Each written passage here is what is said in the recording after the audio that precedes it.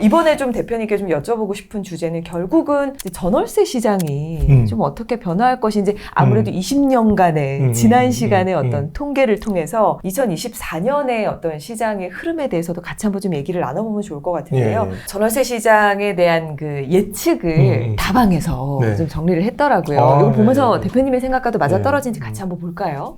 보면 전세 시장은 보합이고 월세 시장은 상승할 것이다 라고 이렇게 전망을 했고 그 이유에 대해서도 상승 전망 이유 뭐 금리 인상 둔화도 있고 매매가 상승도 있고 입주 물량도 있고 이렇게 여러 가지 상승 전망 이유 하락 전망 이유를 봤는데 결국 월세는 어쨌든 상승할 것이다라는 게 비율이 높거든요. 예. 대표님 어떻게 보시나요? 대세적인 거예요. 이거는 뭐 올해뿐만 아니라 내년도 마찬가지일 거고 후년도 마찬가지일 거고 계속 상승할 거예요. 왜 그러냐면 대한민국은 계속 물가가 오를 거니까. 그 물가가 지금 많이 올랐잖아요. 네. 그럼 내년에는 물가가 안 오를까요? 오르긴 오르겠죠. 내 월급 말고는 오른다니까. 오르는 폭을 완화시키려고 노력할 거라는 거죠. 그만큼 반영될 거예요. 반영되는데 대신 또 한 가지의 이 월세의 차이는 수요와 공급에 정확히 이게 시장 논리에 나온 거지 정치 게임으로 전세라든지 매매 시장은 정치의 논리에 많이 좌지우지 돼요. 장관이 무슨 말 하느냐, 뭐 경제부 장관이 뭐 대통령이 무슨 말 하느냐에 따라서 막 좌지우지 될 수가 있어요. 심리적인 게 많이 작용해요. 그런데 거기 맞춰서 전세 시장도 그럼 내가 집을 사야 될 때가 아니구나, 조금 더 기다려야 됐기 때문에 전세를 간단 말이야. 우린 청약이 중요하잖아요. 그렇죠. 그러니까 집을 사면 안 되는 거. 사는 순간 안 되는 상황들이 벌어지니까 사람들이 전세를 가는 거잖아요. 이게 대한민국에. 근데 월세는 그 시장하고 달라요. 그냥 집이 필요해서 얻는 거예요. 집이 필요해서 얻는 거고 내가 살기 위해 사는 거지 투기를 위해 월세 사는 사람 없잖아요. 없죠. 그냥 사는 거예요. 그러니까 수요자층이 높아지면 올라갈 거고 수요자층이 없어지면 내려갈 거예요. 결국은 전세가 지금 점점 없잖아요. 왜냐면 무서워서 전세를 못 얻잖아. 그러면 그 사람들은 어디로 가요? 월세로 가죠. 그 사람이 아이 열받아 사야지. 이렇게는 못 간다는 거지. 집값이 내려있으니까 더 못 사는 거고. 1년 동안 월세 내면서 숨 고르게 하자. 근데 계산상으로는 전세가 낮지만 이러다 한 방에 날려먹으면 이거 인생 끝난다. 그러니까 월세 살기로 가서 월세 수요자들은 늘어나요. 그러니까 당연히 수요와 공급에 맞춰서 가격은 상승할 수밖에 없고 물가 상승만큼 반영되는 거고. 평택에 삼성전자를 짓고 있어요. 그래서 삼성전자를 짓고 있어서 작년에 건설 노동자가 6만 명 이상이 들어왔다는 거야. 그래서 주변에 원룸이 품귀 현상이 일어날 정도로 꽉 찼어. 그래서 오히려 여기가 안 돼서 화성까지 막 가서 방을 얻어서 와야 될 판이 벌어졌어요. 그러니까 제가 받고 있는 월세가 50만 원 받던 건물이 70만 원까지 올라가더라고요. 불과 6개월도 안 돼요. 사이에. 명확하네요. 그런데 70만 원을 불러도 그날 나가요. 그래서 욕심 있는 건물주들은 80도 불러서 그냥 막 넣는 경우도 있어요. 어쨌든 수요가 밀어닥쳤으니까. 어쨌든 아니 뭐 아쉬우면 뭔데 가든가 이런 거죠. 우리 집은 가까워 삼성전자 이런 식이야. 그래서 막 이제 올라갔다 막. 근데 그거는 일종의 가수요. 다시 올라갔다가 내려와요. 결국은 적정가를 적정가로 찾아가는데 그럼 50만 원이었어요. 그게 올라가서 70만 원까지 올라갔어. 그럼 다시 50만 원으로 내려올까요? 그렇진 않죠. 그렇진 않죠. 그런 거야. 그리고 70만 원 내고 있는 사람은 1년간 70만 원을 내야 돼요. 시차라는 게 있는 거야. 그러니까 1년 후까지 난 70만 원을 받는 거고 그게 끝나면 그 다음에 이제 낮춰서 세를 주는 거죠. 그렇죠. 올라가는 것도 갑자기 70만 원 됐다 그러면 20만 원씩 더 벌었네가 아니라는 거지. 순차적으로 증가되는 거지. 감소하더라도 순차적으로 감소한다는 거지. 월세로 들어오다 월세로 들어온다. 그러다 보니까 저희가 보기에는 수요와 공급이 가장 크고요. 그 다음에 전세가 없어지고 있는 현상이 두 번째로 큰 거예요. 원인이 되고. 그렇게 돼서 일단은 부족한 건 사실이고 특히 1인 주거의 형태의 주택들은 많이 부족한 건 현실이에요. 지금도 많이 부족하다. 지금도 부족해요. 서울 수도권 다 부족해요. 자, 그러면 전세 대란, 뭐 역전세 대란 말씀해 주신 대로 전세 얘기가 참 많이 이슈가 됐죠. 부정적인 쪽으로요. 근데 월세는 정말 큰 이슈가 없이 조용히 오르고 있다라는 생각만 했었는데 이 지표를 봐도 그렇고 대표님께서 보신 20년간의 어떤 경험과 통계로 봤을 때도 그렇고 계속해서 오를 것이다. 수요가 명확하고 공급이 그렇게 많지 않다. 그렇죠? 자, 그러면 월세가 오르는데 그럼 가장 큰 영향을 주는 요인을 꼽자면 대표님은 뭐가 제일 크다고 보세요? 내 지역에 그러니까 수요와 공급을 만족시키면 되는데 그럼 수요와 공급은 뭐로 만족시키냐를 생각해 봐야 되거든요. 관광의 도시를 만들 수 없잖아요. 갑자기 생뚱맞게 남양주를 관광의 도시로 해갖고 사람들이 몰려들게 만들 수 없는 거란 말이에요. 그러면 결국은 도로망이 필요한 거죠. 도로망이. GTX라든지 이런 도로망이 생겨서 이렇게 가면 되는데 교통호재들이 있어서 강남에 접근하는 거리가 짧아진다면은 또 올 수 있겠지만 제가 갖고 있는 1인 주택의 원룸 다세대 다가구에 사시는 분들이 전철 타고 안 다녀요. 나뉘어요. 평택에도 전철은 있습니다. 평택에는 전철이 있어요. 그럼 1호선 이렇게 갑니다. 이게 천안 아산까지 갑니다. 근데 거기 1호선이 있는데 제가 평택의 A존에 이제 예를 들어 송탄역이라는 데가 있고 서정리역이라는 게 평택역이 있고 지지역이 있고 있어요. 그러면 송탄역 앞에 얻어서 전철을 타고 평택역에 내려서 출퇴근하는 사람은 없어요. 평택역 앞에 원룸을 얻으면 돼. 그냥 가까운데 얻으면 되는 거죠. 근데 서울은 다르잖아요. 여기는 비싸니까 이렇게 멀리 가는 거지. 평택역 앞에 원룸이나 송탄역 앞에 원룸이나 가격은 비슷해요. 그렇겠죠. 그래봤자 2, 3만 원 차이나. 그럼 연식의 차이인 거지. 지역의 차이는 그렇게 크지 않아. 그러면 굳이 평택역 앞에 직장이 있으면 평택역 앞을 얻으면 되는 거지. 집에 갈 때만 전철 타고 서울로 올라오는 개념이 되는 거예요. 그러면 내가 살기 편한 존에 살면 돼요, 그냥. 근데 서울은 그렇지 못한 것 뿐인 거고. 그러니까 수요와 공급에 맞추는데 그러면 평택 지역이 인구가 왜 증가하냐라는 걸 한번 생각해 보면 일자리죠. 그렇죠. 어느 도시든 간에 일자리를 창출해서 젊은 인구가 들어오게 만들려고 노력을 한다는 거예요. 화성 같은 경우가 벌써 작년에 100만이 이제 또 돌파했어요. 그러니까 워낙 시골 사람들은 인구 굉장히 집중하거든요. 100만을 돌파했어요. 그래서 지금 용인은 이미 커졌고 수원도 커졌고 보면은 굉장히 수원, 화성, 용인만 따져도 엄청난 인구거든요. 근데 거기는 일자리가 계속 증가되고 있다는 거예요. 그러니까 앞으로 집이 필요한데 거기 들어오는 사람들은 1인 세대가 많고 젊은 사람들이 많다는 거죠. 물론 서울도 많이 있지만 그럼 그런 사람들이 계속 집중되고 있으면 그들이 필요한 거는 40평대, 50평대 아파트가 아니야. 근데 왜 40평대, 50평대 아파트를 짓고 있냐고. 맞지가 않는데. 수요와 공급이 맞지 않는데 그래 놓고 나서 정작 아파트가 부족해서 집값이 상승했다라고 오해하고 있는 거예요. 아마 6개월 전에도 또 이 얘기를 제가 여기 월부에서 했어요. 집값 상승이 일어나고 있었잖아요. 2, 3년 전에. 코로나 막 시작했을 때도 막 올랐잖아요. 그때 얘기도 한 거예요. 그런 상황이 벌어졌을 때 사람들은 집이 부족해서 그렇다. 수도권에. 그래서 집 줘야 된다. 집 공급 정책을 잘못했기 때문에 집을 줘야 된다라고 얘기한단 말이에요. 그래서 집을 줘야 된다. 그래서 빨리 줘줘라. 그래가지고 막 패스트 트랙으로 빨리 짓게끔 만들었어요. 근데 그걸 들어가는 사람 수요는 실제 여기에 직장을 얻어서 온 사람은 아니라는. 그 사람도 있겠지만 많지 않아요. 그 수준에 있는 사람이 그 아파트를 못 들어가 또. 당장 여건이 안 되니까. 그렇죠. 서울 사람들이 논아 가져서 자기가 또 부를 또 창출해 나가는 그런 트랙이야. 그러니까 그냥 허울인 것뿐이야. 그러면 지금 공급이 거의 없잖아요. 그 집이 없어져서 문제됐나요 지금? 노숙자가 늘었나요? 그건 아니에요. 근데 좋은 집이 필요하니까 뿌기고 새로 짓는 건 필요하겠지. 이제 점점 좋은 집을 짓는 건 맞는데 예전처럼 40평대, 50평대 아파트가 필요한 세상은 이제 끝났다. 그런 것 같아요, 정말. 이제는 점점 핵가족화되고 핵가족이란 말도 이제 부끄럽다. 맞아요. 이제 부끄럽다. 그냥 1인 가족이냐 2인 가족인 거지. 뭐 핵가족 그거는 진짜 70년대 때 얘기다 진짜. 기본값 아니야? 라고 이제 생각을 하시죠. 그죠. 그러면 대표님 제가 쭉 얘기를 들어봤을 때 원룸 같은 경우는 수요의 핵심이 결국은 일자리 같아요. 그렇죠. 어떻게 보면은 이 월세를 끌어올리는 가장 큰 요인도 직주 근접. 일자리가 많이 있다. 젊은 사람들이 많이 산다. 그러면 그 지역은 사실은 월세가 또 계속 오를 수밖에 없는 그런 상황이라고 보면 이런 것도 있어요. 요즘에는 혼자 사는 세대가 많잖아요. 그러다 보니까 TV 프로도 나 혼자 산다 이런 게 많잖아요. 그럼 이혼하는 사람도 많아서 돌싱포맨이 인기 끌고 그게 막 대상 타잖아요. 막 그런 상황이 있다 보니까 요즘에는 제주도에 펜션을 한 달 살이 하기가 너무 불편한 거야. 그렇죠. 혼자 가는데 굳이. 그러면 원룸 한 달 살이 한다. 원룸에 그냥 나 혼자 있을 건데 혼자 가서 혼자 자전거 타고 혼자 오토바이 타고 여행하면 한 달 동안 편히 쉬고 싶은데 펜션을 한 달 얻는 건 불편한 거야. 그러니까 그냥 원룸을 또 지어서 거기에 또 수요를 주시는. 우리 수강생 중에 제주도에 원룸 사셔서 거기서 월세 주면서 노후 즐기시는 분도 계세요. 제주도에 또. 굉장히 좋은 발상이에요. 그러면 강릉은 없냐, 속초는 없냐 이런 데도 굉장히 좋은 테마라는 거지. 그러니까 인구가 감소하고 있는 존인데 거기는 관광의 수요로 이제는 혼자 가는 여행을 많이 가는 시대로가 된 건 사실이잖아요. 그러니까 그런 데를 선호할 거라는 거지. 그리고 젊은 세대들이 돈을 쓰고 싶어도 펜션을 한 달 살이 하긴 너무 부담되니까 그렇게 가지 않을까. 그리고 그렇게 지금 하시는 분도 많이 있다. 그러니까 일자리하고 어쨌든 그들이 필요한 곳에 내가 만들면 되니까. 그러니까 관광지도 좋은 테마 중에 하나다는 거죠.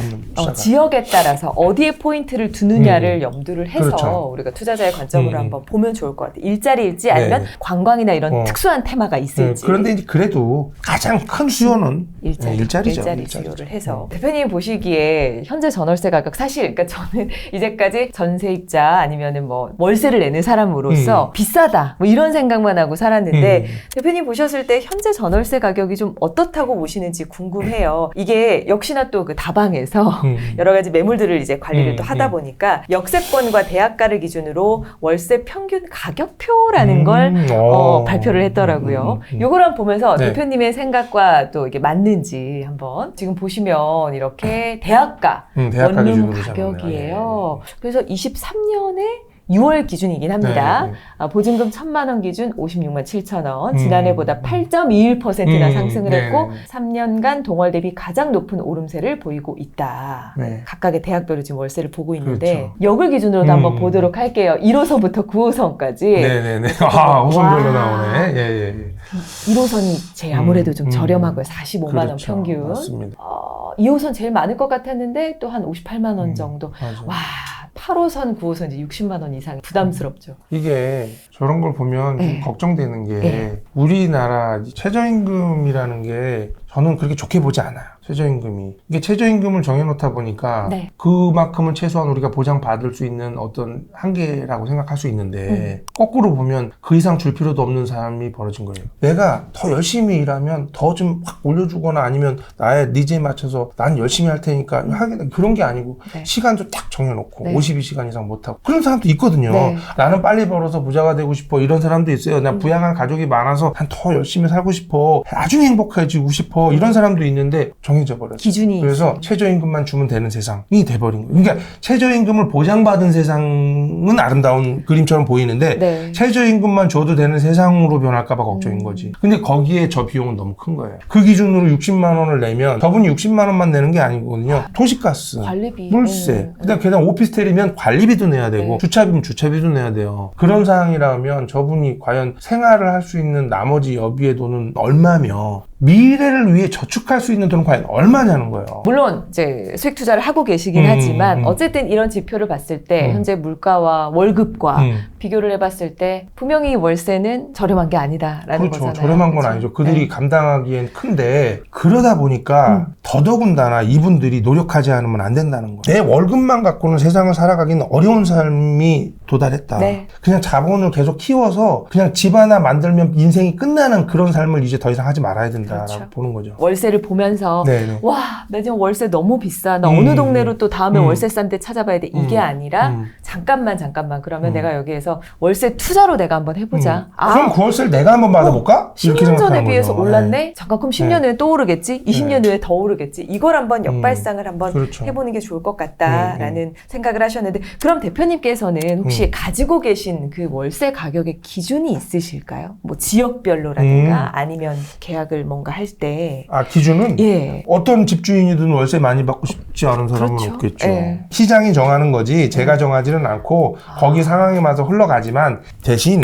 아파트 시세처럼 삼성전자 주식처럼 막 이렇게 큰 파도를 치지 않는다는 거예요. 그러네요. 그 파도가 아파트 가격은 삼성전자 주식보다 더 완만하게 치죠. 아파트 가격은 네. 아무래도. 근데 그거보다도 월세는 더 완만한 파도를 친다는 거죠. 고요하네요. 네. 그래도 어느 정도. 멀리서 보면 이거는 거의 안 움직이고 있는 거 아니야. 1년째 동결 아니야. 이렇게 생각하다가 뚝 한 번 오르고. 쭉 가다가 너무 동결 아니야. 그래서 쭉 한 번 오르고. 이런 식으로 계속 계단처럼 올라가는 형태가 아닐까 이렇게 보는 거죠. 어떻게 보면 철저하게 현장의 예. 수요를 반영을 해서 가격의 기준이 정해지기 때문에 누가 뭐 외부의 어떤 기준으로 정해진다고 볼 수가 없다라고 볼 수가 있을 것 같고요. 근데 저는 상대적으로 여기 이제 다방에서는 대학가 원룸을 보여줬는데 네. 저는 대학가 원룸 좋아하지 않아요. 왜요? 이게 대학가 원룸은 특히 뭐 서울은 뭐 워낙 도심 안에 있어서 상관이 없는데 지방은 대학가 원룸들이 많이 있거든요. 다 안 좋아요. 왜냐하면 농사랑 똑같아요. 봄에 씨 못 뿌리면 1년 내내 굶는 거예요. 그잖아요. 너무 딱 정해져 중간에 있잖아요. 오는 애들은 없어요. 네. 그러니까 1월달, 2월달 안에 모든 농사를 다 져야 돼. 1년치 농사를. 그러면 어떻게 해야 돼요? 공인중개사한테 잘 보여야죠. 그죠? 한 번에 퍼포먼스를 팍 터뜨려야 되니까. 그런데 주변 공인중개사가 나 나쁜 사람이라고 막 해가지고 단합해서 저 사람 거 물건 빼지 말자 이러면 안 당하고. 그럼 가서 또 커피라도 사갖고 가야 되는 판이 벌어진다는 그러면 공인중개사가 좀 낮추자면 낮춰줘야 되는 거고 네. 칼자루를 내가 짓는 게 아니고 공인중개사가 짓는 경우가 많아요. 네. 왜냐면 그 단기간에 딱 시즌 상품이기 때문에 그래요. 대학가 원룸은 대학가 원룸 시즌 상품이에요. 장단점이 좀 명확하네요. 네, 그렇죠. 그러다 보니까 네. 저는 제가 건물 사놓고 왜 공인중개사 눈치 보는 게임을 하냐는 거야. 그래서 저는 선호하지 않고 선호하지 않는 네. 부분까지도 네네. 어떻게 보면 팁을 주셨습니다. 네. 자, 그러면 전월세 계약 기간이 이제 끝날 쯤에 많은 분들이 이제 고민을 하게 돼요. 이 타이밍에 내가 대출을 받아서 집을 사는 게 좋을지 아니면 그냥 전세로 한 번 더 갈지 아니면 내가 전세 불안하니까 월세로 갈지 항상 똑같은 고민을 하게 되는 것 같은데 새해를 맞이한 지금 이 시점에서 대표님 보셨을 때는 어떤 선택을 하는 게 좀 더 유리하다고 보십니까? 이게 이런 거죠. 아빠가 좋아, 엄마가 좋아의 문제예요, 이게. 네. 사실은. 그런데, 저는 명확한 답을 드릴 수 있습니다. 저는 쌀 때 삽니다. 지금이 쌀 때인가요, 비쌀 때인가요? 쌀 때죠. 그죠. 세일을 하고 있습니다. 샤넬 가방을 50% 세일하고 있으면 사야 되나요? 안 사야 되나? 사야죠. 네. 사야죠. 그러면 세일이 끝나면 그 가격을 중고매장에 다시 내놨을 때 그 이상의 가치로 팔 수 있다면 네. 사야죠. 네. 그러면 앞으로 3년 후에 집값이 바닥일까요? 그렇게 예상하는 사람도 많지 않습니다. 네. 오를 거라고 예상하는데도 불구하고 지금 안 사는 이유는 뭐예요? 금리죠. 아. 지금 버티기 힘든 거예요. 네. 그거를 알아. 우리는 DB라는 건 알아. 그리고 그게 3년일지 5년일지 모르겠지만 올라갈 거라도 예상해. 네. 정부의 발표도 그렇잖아요. 지금처럼 집을 계속 짓지 않는다면 3년 후에 폭등할 수도 있다. 네. 그래서 빨리 짓게끔 유도해야 된다라는 얘기도 많이 나오잖아요. 네. 그게 거짓말은 아닐 거란 말이야. 그러면 다시 올라갈 거라고 예상할 수 있는데 근데 왜 안 살까? 감당하기 어려운 상황이에요. 그럼 물가 오르고 다 오른 상황에서 지금도 이자 내기 벅찬데 네. 지금 또 바꿔서 큰 이자를 내려면 힘들죠.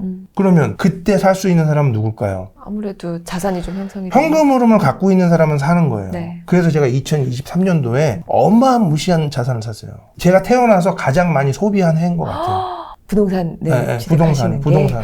2023년도에 많이 샀어요. 많이 사서 그러면서 빚도 많이 졌어요. 뭐 한 대출은 50%도 당연히, 대출을 일으킨 거죠. 그러면 그만큼 이자 부담이 늘었겠죠. 네. 그럼 저라고 뭐 싸게 좋겠어요. 똑같이 5%, 6% 이자를 내고 있죠. 그런데 그 이자를 낼 수 있는 현금 흐름이 저한테는 있죠. 있으니까. 그러니까 지금 세일이니까 무리해서 사두자. 필요하지 않지만 쟁겨두자. 그리고 그걸 사업 영역으로 나중에 쓰자. 이런 식으로 쟁겨두고 있는 거죠. 근데 이건 아무나 할 수 없는 게임이죠. 네. 그래서 세일을 하고 있다라고 분명히 아실 거예요. 지금 네. 부동산 세일기예요. 백화점 세일할 땐 가면서 왜 부동산 세일할 때는 안 가냐는 거야. 남들하고 다르게 살아야 부자가 되는 거거든요. 네. 대부분의 인간들이 사는 방식대로 그대로 살고 있기 때문에 우리는 부자가 되지 못하는 거예요. 네. 20%가 80% 끌고 가는 거랑 똑같은 거거든. 그럼 20%의 생각으로 가야 되는데 저는 20% 생각도 아니고 한 1% 생각밖에 안 되는 거지. 왜냐하면 그 중에 수익형 자산을 투자하는 사람이 그렇게 많지 않거든요. 그렇죠. 그러니까 들으시는 분이 차원이다 이렇게 생각하실 수 있어요. 네. 근데 저는 그렇게 해서 돈을 버는 사람이고 네. 그 전에 제가 다른 사람한테 이런 얘기를 했을 땐 진짜 4차원이라고 그랬어요.